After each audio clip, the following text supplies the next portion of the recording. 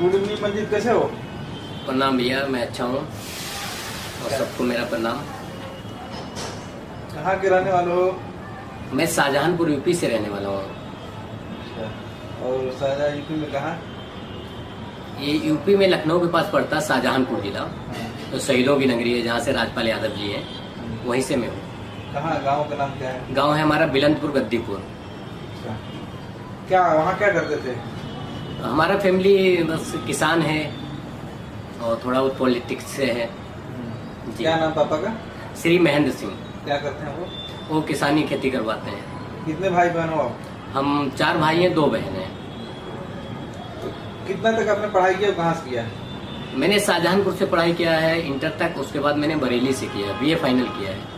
पढ़ाई में लगता था? हाँ लगता था, लेकिन मीडिया लाइन से और पॉलिटिक्स से ज़्यादा लगता था।